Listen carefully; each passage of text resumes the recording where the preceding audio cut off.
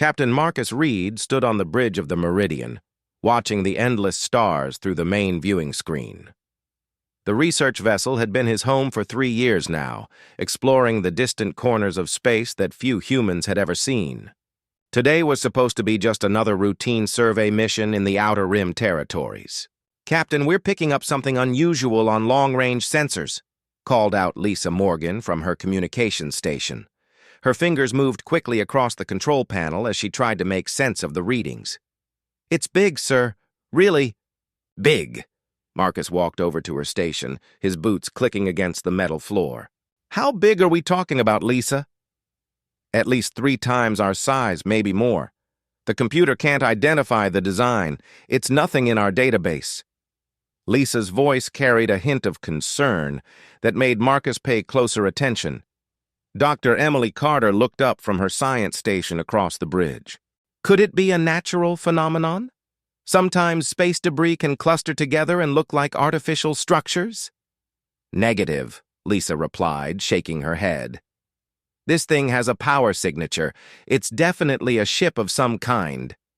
Marcus felt his heart rate increase slightly. First contact situations were always dangerous, even for experienced crews like his. "Jake, bring us to yellow alert. All hands to stations." Security Chief Jake Thompson nodded and activated the ship-wide communication system. "All crew members report to stations immediately. This is not a drill." The bridge became busy as crew members checked their equipment and prepared for whatever might come next. Marcus had trained for this moment many times, but he knew that real first contact was never like the simulations. "Sir, the alien vessel is changing course," Lisa announced. "They're heading directly toward us." "Can you establish communications?" Marcus asked. "I'm trying, but they're using a completely different transmission format. Give me a few minutes." "To run it through the universal translator." Marcus turned to Emily. "What do we know about this sector? Any previous reports of alien activity?" Emily pulled up star charts on her screen. "Nothing official, but there have been some unconfirmed reports from traders about aggressive alien ships in nearby systems. The descriptions were pretty vague, though." "How aggressive are we talking about? Ships going missing, communication blackouts, that sort of thing?" Marcus felt a cold sensation in his stomach. The Meridian was a research vessel, not a warship. They had defensive systems, but nothing designed for serious combat. "Captain, I've got partial communications working," Lisa called out. "The signal is coming through now." The main screen flickered and changed to show the interior of the alien ship. Marcus had seen many different alien species during his career, but nothing had prepared him for what he saw now. The creature on the screen was enormous, easily 8 feet tall with a body covered in dark, chitinous armor that looked both natural and artificial. Its face was angular and predatory, with eyes that seemed to glow in the dim lighting of its ship. Most striking of all was its obvious pregnancy, visible even through the armor plating. When the creature spoke, its voice was deep and threatening, even filtered through the universal translator. "Human vessel, you will surrender immediately. This system now belongs to the Vorthak. I am Huntmaster Krell, and I claim this territory for my offspring." Marcus stepped forward, trying to project confidence he didn't entirely feel. "This is Captain Marcus Reed of the Earth research vessel Meridian. We're conducting peaceful scientific surveys in this system. We have no territorial claims here." Krell's eyes narrowed, and she leaned closer to her own viewing screen. "Your words mean nothing, human. The weak do not negotiate with the strong. You will abandon your ship and flee this system, or you will be destroyed." "We can't do that," Marcus replied calmly. "We have a research station in this system with 50 civilian scientists. They're not soldiers or colonists, just researchers studying stellar phenomena." "Then they will share your fate if they remain," Krell snarled. "The Vorthak do not show mercy to those who challenge our territorial rights." Emily stepped up beside Marcus. "Perhaps we can find a solution that works for everyone. There's plenty of space in this system for both our research station and your territorial needs." Krell's reaction was immediate and violent. She slammed a massive fist against her control panel, causing sparks to fly. "You dare suggest that I share territory like some weak scavenger? The Great Hunt demands that I claim this space through strength, not bargaining with inferior species." "Great Hunt?" Marcus asked, genuinely curious despite the danger. "It is the way of our people," Krell replied, her voice filled with pride. "When a Vorthak carries young, she must prove her worthiness by claiming new territory. Only the strong deserve to pass on their genes to the next generation." Marcus began to understand the situation better.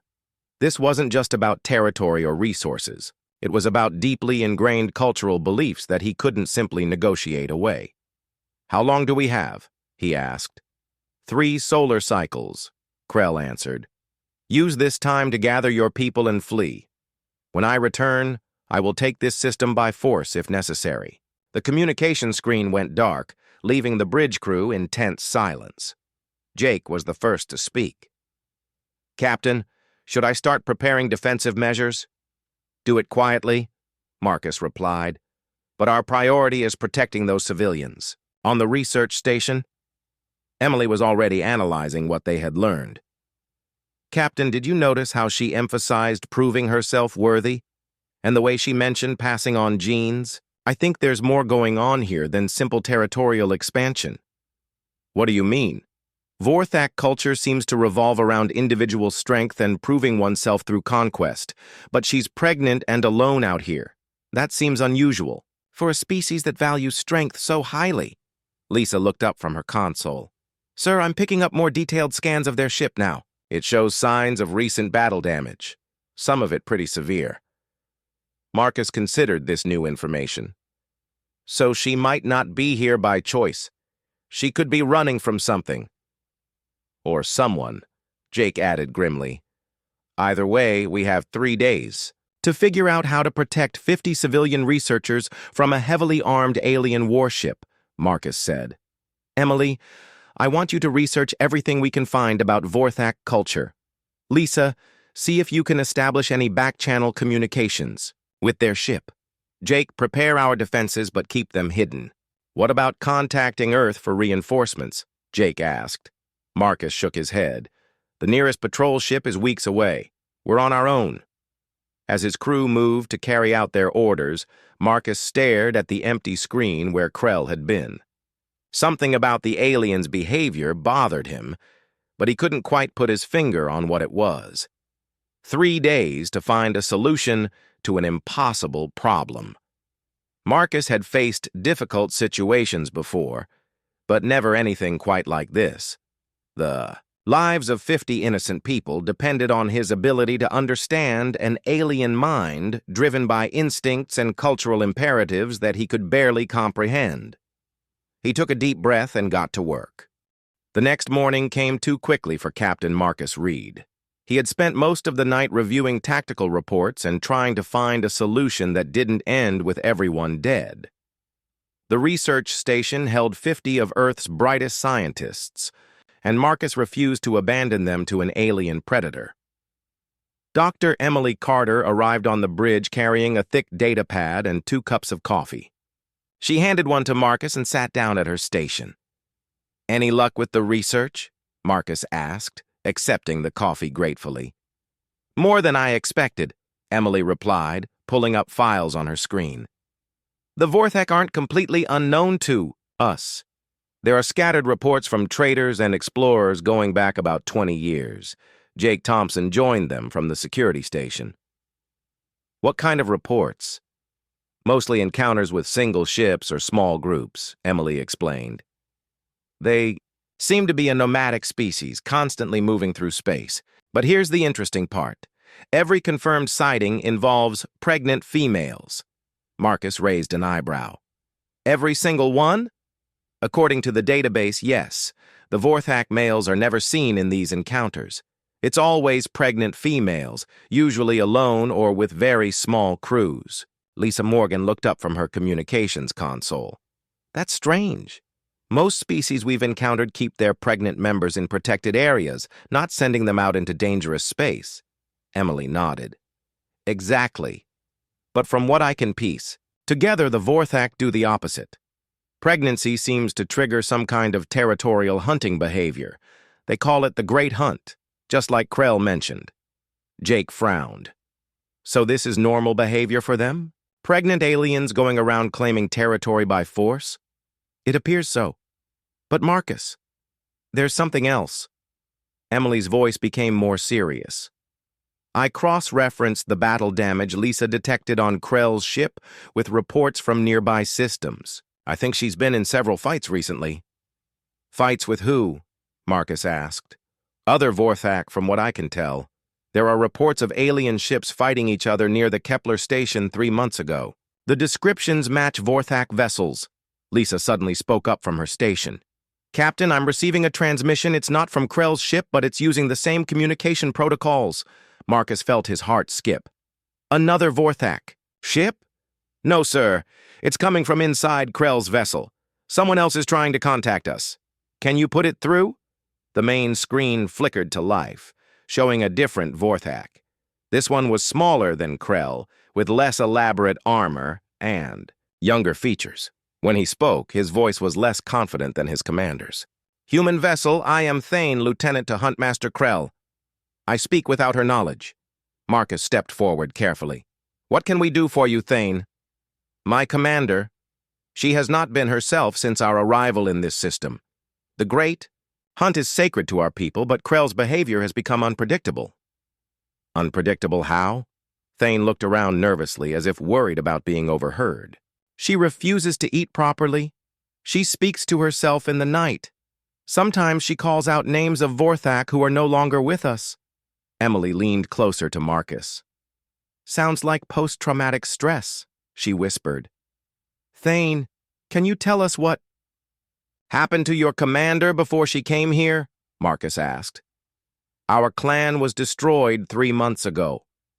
Rival hunters attacked our home ship while most of our warriors were away. Krell barely escaped with her life and a few survivors. Since then, we have wandered space, looking for territory to claim. How many survivors? 12 of us remain from a clan of over 200. The bridge fell silent as the weight of this revelation sank in. Marcus began to understand why Krell seemed so desperate and aggressive. Thane, why are you telling us this? Because I fear for my commander and for my clan brothers. Krell was a great hunter before the attack, but now she makes decisions that put us all in danger. She refuses to retreat from fights we cannot win. And you think this fight with us is one you cannot win? Thane hesitated before answering. Your ship is well defended, and you have shown no signs of fear. A wise hunter chooses battles carefully, but Krell's pride will not let her back down. The communication ended abruptly, leaving the bridge crew to process what they had learned. Jake shook his head. So we're dealing with a traumatized alien commander who's lost most of her people and feels like she has to prove herself by taking our territory. It's worse than that, Emily added. She's pregnant, which means her biological instincts are probably screaming at her to secure a safe space for her offspring. Combined with the cultural pressure to succeed in this great hunt, she's probably under incredible stress. Marcus walked to the viewing screen and stared out at the stars. Somewhere out there, Krell was planning their destruction, but now he understood it wasn't really about territory or conquest. It was about survival and the desperate need to create something safe from the wreckage of her old life. Lisa, have you been able to learn anything more about their ship? He asked. Yes, sir. It's definitely been in multiple battles recently. Some of the damage looks like it was repaired with salvaged parts from other vessels. They're holding together, but barely. What about their crew complement? Based on energy signatures and life support usage, I'd estimate they have between 10 and 15 individuals aboard, much smaller than a ship that size was designed to carry. Emily looked up from her research. Captain, I think I'm beginning to understand Vorthak culture better. The Great Hunt isn't just about proving strength. It's about establishing a new clan territory where the offspring can be raised safely. Go on. Think about it from their perspective. Krell's old clan was destroyed. Her territory was lost, and now she's responsible for continuing her bloodline. The pregnancy probably triggered ancient instincts to find and claim new hunting grounds. Jake crossed his arms. So what you're saying is that she literally cannot back down from this fight. Her biology won't let her. Exactly. And if she fails, not only does she lose face according to her culture, but she also has nowhere safe to raise her child. Marcus turned back to face his crew. Then we need to find a way to give her what she needs without losing what we need. How do we do that? Lisa asked. I don't know yet, but I think our first step is understanding why her clan was destroyed. If she's running from enemies, we might be dealing with more than just one ship. As if summoned by his words, Lisa's console began beeping urgently. Captain, long-range sensors are picking up another ship approaching our position. Vorthak? No, sir. The configuration is completely different. It's a hegemony vessel. The blood drained from Marcus's face. The hegemony was a militaristic alliance known for their aggressive expansion policies. They considered any unclaimed territory to be fair game for conquest. How long until they arrive? He asked. 18 hours, maybe less. Marcus realized their situation had just become infinitely more complicated. Now they weren't just dealing with one desperate alien hunter. They were about to be caught in the middle of a three-way conflict with some of the most dangerous forces in known space. All right, people, he said, straightening his shoulders. It looks like we're going to need a new plan. Captain Marcus Reed stood in the small cargo bay of the shuttle, trying to calm his nerves. The meeting space felt cramped and cold, floating in the void between the Meridian and Krell's massive warship.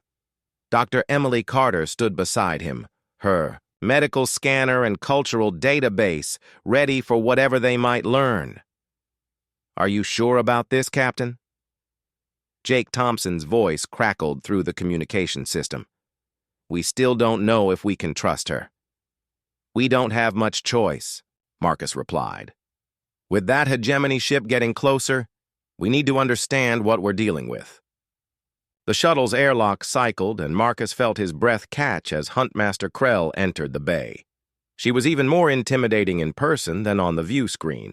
Her chitinous armor bore the scars of countless battles, and her pregnant form made her presence both threatening and strangely vulnerable. Behind her came Thane, the young lieutenant who had contacted them secretly. He looked nervous, his eyes constantly moving between his commander and the humans. You requested this meeting, human, Krell said, her voice deep and menacing. Speak quickly. My patience grows thin. Marcus stepped forward, keeping his movements slow and non-threatening. Thank you for agreeing to meet with us, Huntmaster. I wanted to understand your situation better before we make any decisions about this system. There is nothing to understand, Krell snapped. The strong take what they need. The weak surrender or die. This is the way of the universe. Dr. Carter moved slightly closer, her scanner picking up biological readings.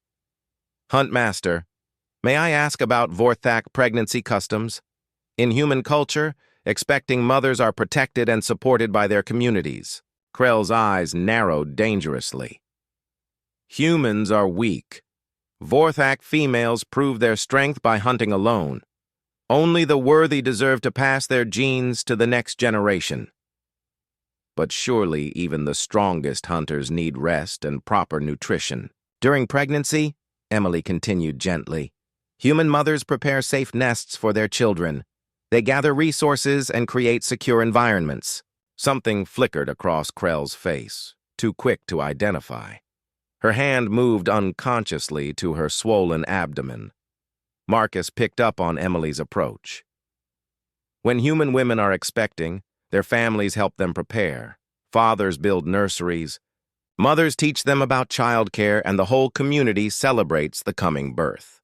Weakness, Krell growled, but her voice lacked its earlier conviction. We don't see it that way, Marcus said. We see it as strength through unity. A child raised by a community has advantages that no individual can provide alone. Krell's breathing became heavier. Her free hand gripped the wall of the shuttle as if she needed support. In human culture, we tell stories about mothers who sacrifice everything to protect their children, Emily added. We honor mothers who face impossible odds to keep their young safe. Stop, Krell whispered, her voice suddenly small. But Marcus continued, sensing they were reaching something important. Human mothers sing to their unborn children. They talk to them, tell them stories, promise them a better future than they had. Krell's eyes suddenly went wide as if she was seeing something that wasn't there. Her scarred face showed confusion and pain. My mother, she started, then stopped abruptly. Thane stepped forward in alarm. Commander, are you well? She sang. Krell said quietly, her voice filled with wonder and confusion. In the deep chambers of our clanship, when the hunt leaders were away, she would sing to me. Emily exchanged a quick glance with Marcus. They were witnessing something unprecedented in Vorthak culture. What did she sing about? Marcus asked gently. Stories of the old days, when Vorthak clans worked together instead of fighting each other. Tales of mothers who built great nests in the asteroid fields, safe places where young could grow strong. Krell's voice became distant, as if she was remembering something long buried.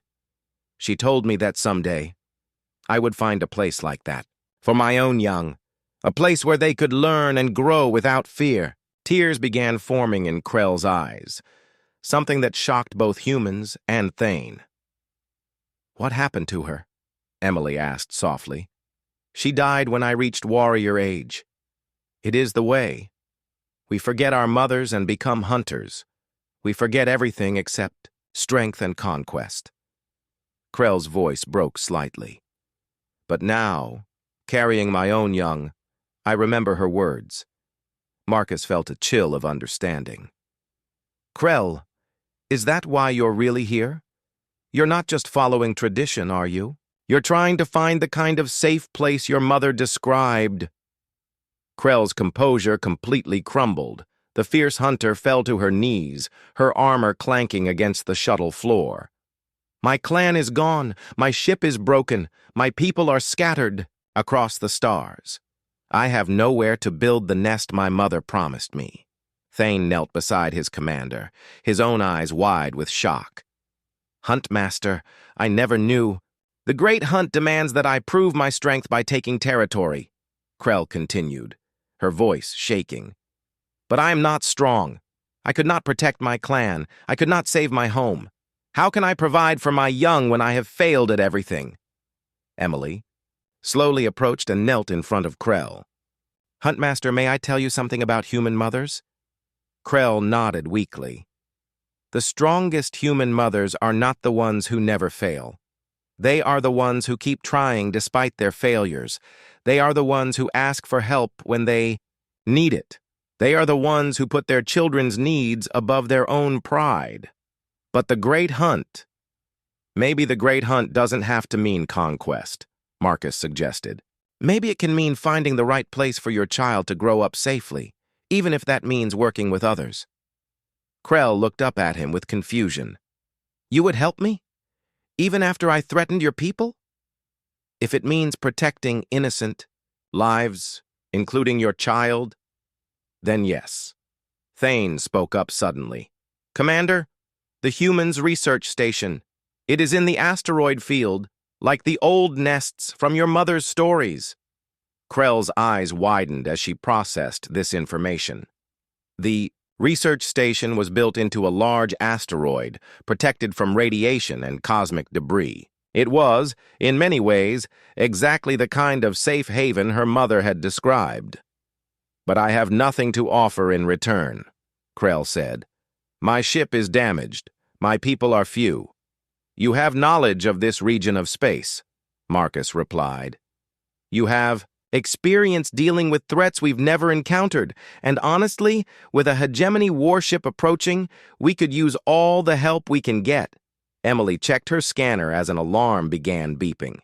Captain, I'm detecting increased stress levels in the Huntmaster. I think this emotional breakthrough is taking a physical toll. Krell struggled to her feet, Thane helping support her weight. "The memories hurt," she admitted. "For so long, I have tried to forget my mother's words, to be the warrior our culture demanded. But carrying my own child brings everything back." "Maybe forgetting wasn't the answer," Marcus said. "Maybe remembering is what will make you truly strong." The shuttle shook suddenly as proximity alarms began blaring. Lisa Morgan's voice came through the communication system urgently. "Captain, the hegemony vessel just dropped out of hyperspace. They're demanding immediate surrender from all ships in the system." Krell straightened, her warrior instincts returning despite her emotional state. "The hegemony shows no mercy to the weak.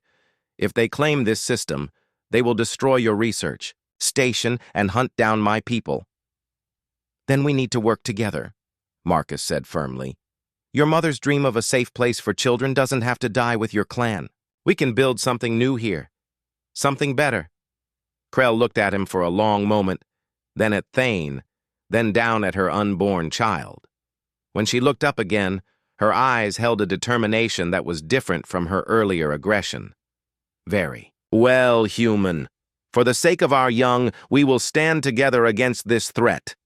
As they prepared to return to their respective ships, Marcus realized that something fundamental had changed. The desperate alien predator who had threatened them was becoming something else entirely, something that might just be their salvation. Huntmaster Krell returned to her ship with her mind in chaos. The memories that the humans had awakened refused to go away. Every time she closed her eyes, she could hear her mother's voice singing the old songs about safe nests and protected young. Thane followed her to the command center, his face full of concern. "Commander, the crew is asking questions. They saw you leave the meeting in distress." "Tell them nothing," Krell snapped, but her voice lacked its usual authority. She slumped into her command chair, one hand unconsciously moving to her swollen belly. Around the bridge, the surviving members of her clan worked at their stations. Krell looked at each of them and realized something she had tried to ignore. They were all refugees like herself, warriors who had lost their homes, their families, their purpose. They followed her not because of tradition, but because they had nowhere else to go. "Huntmaster," called out Vex, the ship's pilot. "The hegemony vessel is broadcasting on all frequencies. Should I put it through?" Before Krell could answer, the main screen activated. A cold-faced human in military uniform appeared, his eyes calculating and cruel. "This is Commander Stone of the Hegemony Warship Dominator.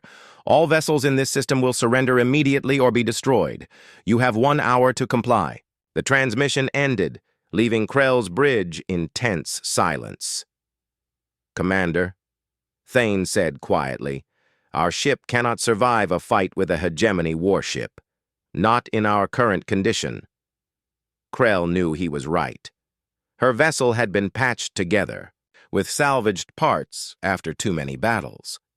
Half her weapons were offline, and her shields were operating at barely 60% capacity. "The humans," she said suddenly. "What about them?" Thane asked. "Captain Reed offered to work together. The hegemony threatens both our peoples now." Vex turned from his station. "Commander, you would ally with aliens? That goes against everything." "We believe. Everything we believed led to the destruction of our clan," Krell replied, her voice growing stronger. "Perhaps it is time to try something new." Her communication console beeped with an incoming message from the Meridian. Captain Reed's face appeared on her screen. "Huntmaster, I assume you received the hegemony transmission. The offer to work together still stands." Krell hesitated. Her entire culture told her that accepting help was weakness, that warriors stood alone or not at all. But her mother's remembered words whispered of a different way. "What do you propose, Captain?" "Your ship has heavy armor and powerful short-range weapons. Our ship has better long-range capabilities and electronic warfare systems. Together, we might have a chance." "And if we lose?"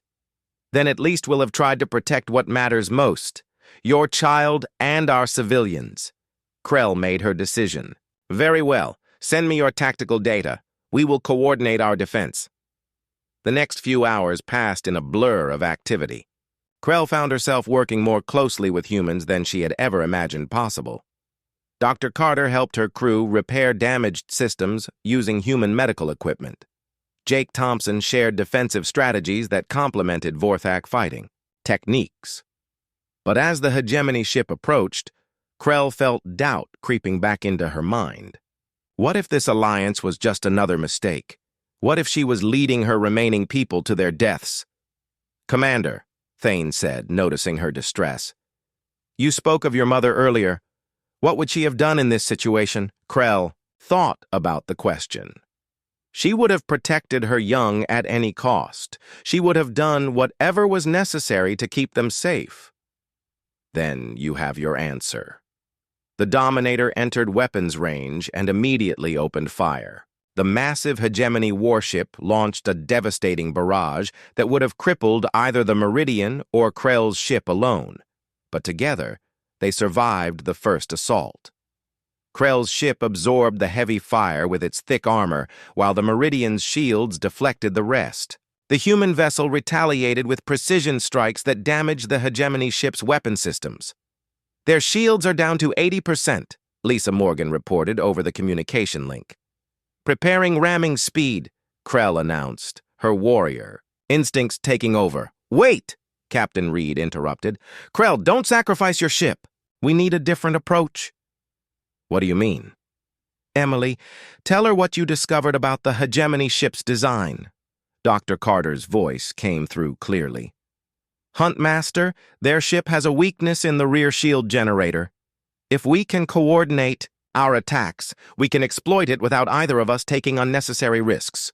For a moment, Krell felt the old anger rise. How dare these soft humans tell her how to fight? But then she remembered her mother's words about working together for the sake of the young. "Show me," she said. The combined assault worked perfectly. While the Meridian drew the hegemony ship's attention with long-range attacks, Krell's vessel used its superior speed to get behind the enemy. Her weapons found their target, and the Dominator's shields collapsed. Commander Stone's face appeared on both ships' screens, his expression furious. "You think this minor victory means anything? The hegemony will send more ships. This entire sector will be cleansed of alien contamination." "Let them come," Krell replied, surprising herself with her words. "They will find us ready." The Dominator limped away, badly damaged, but not destroyed. Krell knew Stone was right about reinforcements, but for the first time in months, she felt something other than despair. Captain Reed's voice came through the communication system. "Outstanding work, Huntmaster. I don't think we could have won that fight alone." "Nor could we," Krell admitted. Perhaps there is wisdom in the human way of doing things." Thane smiled at his commander. "The old songs your mother sang. They spoke of clans working together, didn't they?" Krell nodded slowly. "They did. Maybe it is time to remember those songs." As both ships began repairs, Krell realized that something fundamental had changed. She was no longer just a desperate refugee trying to claim territory through violence. She was part of something larger, something that might actually give her child the safe future her mother had dreamed of. But the hegemony would return, and next time they would bring more ships. If this unlikely alliance was going to survive, they would need to become something stronger than just two damaged vessels floating in space. They would need to become a community. 3 days after the battle with the hegemony warship, both vessels floated side by side in the asteroid field near the research station. Captain Marcus Reed watched through his view screen as Vorthak engineers worked alongside human technicians to repair damage from the fight. "I never thought I'd see anything like this," Jake Thompson said, standing beside his captain. 6 months ago, if someone told me we'd be sharing repair equipment with alien warriors, I'd have recommended them for psychological evaluation. Dr. Emily Carter looked up from her medical station where she was treating injured crew members from both ships. It's remarkable how quickly relationships can change when people face a common threat. The past few days had been unlike anything in Marcus's career. The language barriers had mostly disappeared as both crews learned to communicate through shared work. Human engineers marveled at Vorthak armor technology, while the aliens showed genuine interest in human electronic systems. "Captain," Lisa Morgan called from her communications station, "Huntmaster Krell is requesting permission to come aboard. She says she needs medical attention." Marcus felt concern spike through him. "Is it the pregnancy?" She didn't specify. "But she sounds different. Tired, maybe." "Tell her she's welcome in Medical Bay, too. Have Emily meet her there." 20 minutes later, Marcus found himself in the medical bay watching Dr. Carter examine the massive alien warrior. Krell lay on a specially reinforced examination table, her armor removed to reveal the extent of her pregnancy and the numerous scars covering her body. "The good news is that your child appears healthy," Emily said, checking her scanner readings. "But you're showing signs of severe stress and malnutrition. When was the last time you had a proper meal?" Krell's response was quiet. "Food has been scarce since our clan ship was destroyed. I have made sure my crew eats first." "That's admirable. But you're pregnant. You need proper nutrition for both." "You and your baby?" Emily turned to Marcus. "Captain, do we have any food that would be safe for Vorthak biology?" "I'll have the kitchen staff work on it." "Krell, why didn't you ask for help sooner?" The Huntmaster struggled to sit up. "Asking for help is not the Vorthak way. We are taught that dependence on others leads to weakness. Even when you're carrying a child?" Krell was quiet for a long moment. "Especially then. A mother who cannot provide for herself is considered unfit to raise young." Emily shook her head. "That's completely backwards from a medical standpoint. Pregnancy requires community support in virtually every species we've studied." "My mother told me stories," Krell said softly. "In the old days, before the great hunts became solitary trials, Vorthak females would gather in large nesting colonies. They would help each other through pregnancy and raise their young together." Marcus sat down in a nearby chair. "What changed?" "Wars. Competition for resources. Clans began fighting each other instead of working together. The strong survived by taking from the weak, and cooperation became seen as vulnerability." "But that's not sustainable," Emily pointed out. "A species can't survive long-term if pregnant mothers are forced to fend for themselves. Which is why so many clans have been destroyed in recent generations," Krell admitted. "Mine was just the latest." The medical bay door opened, and Thane entered carrying a tray of food. "Commander, the human food preparers asked me to bring this. They say it contains nutrients suitable for Vorthak biology." Krell looked at the tray suspiciously. "You trust their food?" "I tested it first," Thane replied with a small smile. "It is quite good, actually. Better than our emergency rations." As Krell began eating, Marcus noticed how young Thane actually was. Without his armor, the Vorthak lieutenant looked barely out of adolescence. "Thane, how old are you?" he asked. 17 cycles, Captain. I became a warrior just before our clan was destroyed." "You're practically a child yourself," Emily said, gently. "How did you end up as Krell's second-in-command?"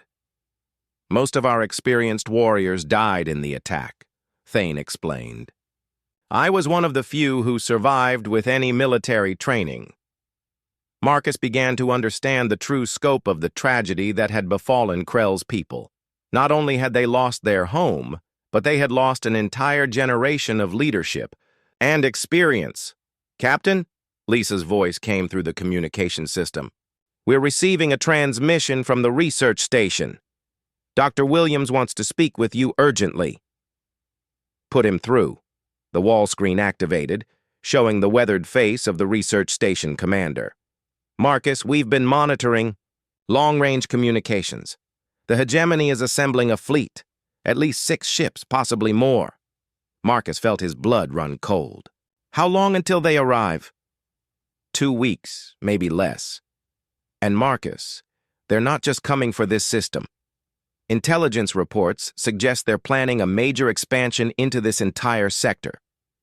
Krell struggled to her feet, her face grim. If they control this sector, my people will have nowhere left to run. We will be hunted to extinction. The research station can't be defended against that kind of force, Dr. Williams continued. We need to evacuate.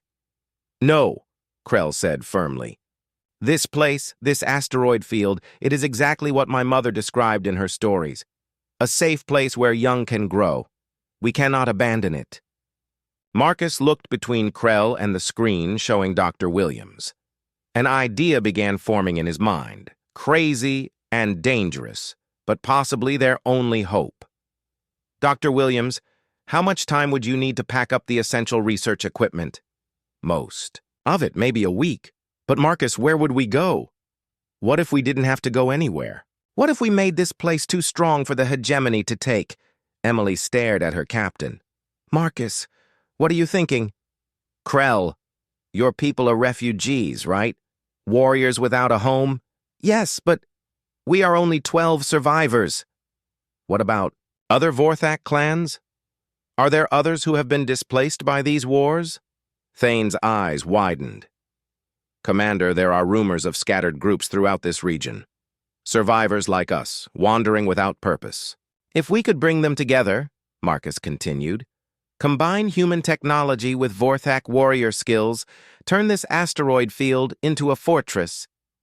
You're talking about creating a permanent settlement, Emily said. A place where multiple species work together. Krell placed her hand on her swollen belly. A nesting colony, like in my mother's stories. It would take incredible coordination, Marcus admitted, and we'd have to move fast.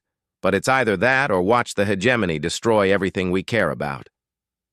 Krell stood up straighter and, for the first time since Marcus had met her, she looked truly confident.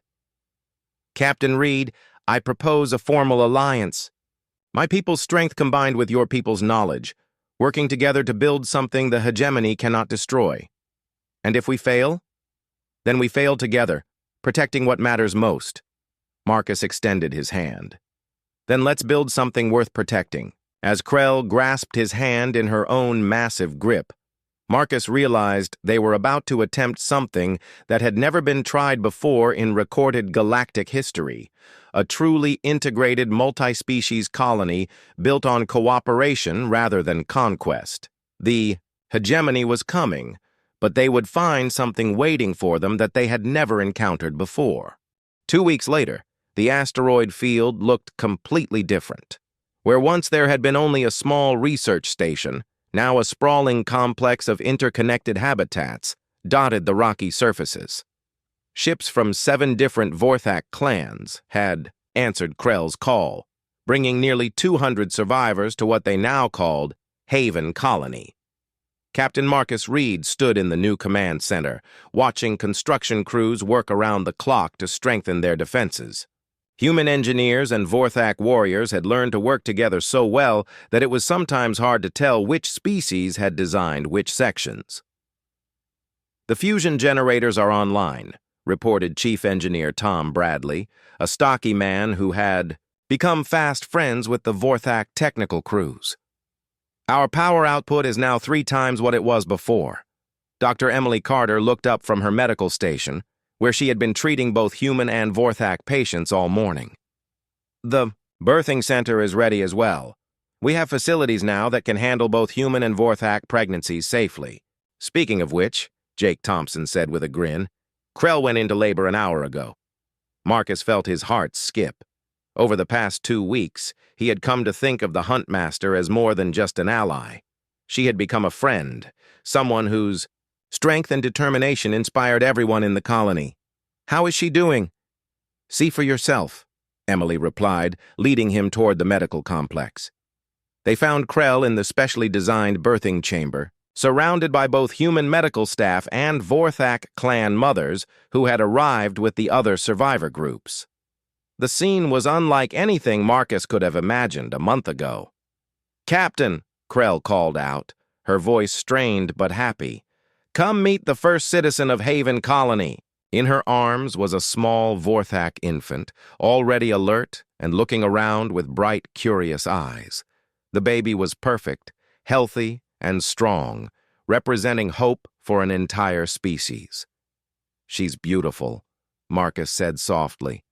"Have you chosen a name?" "Haven," Krell replied. "After this place that gave us a new beginning." Thane, now wearing the armor of a full Vorthak warrior, stood nearby with tears in his eyes. "Commander, the clan mothers are saying she will grow up stronger than any warrior in Vorthak history, because she will know both strength and cooperation."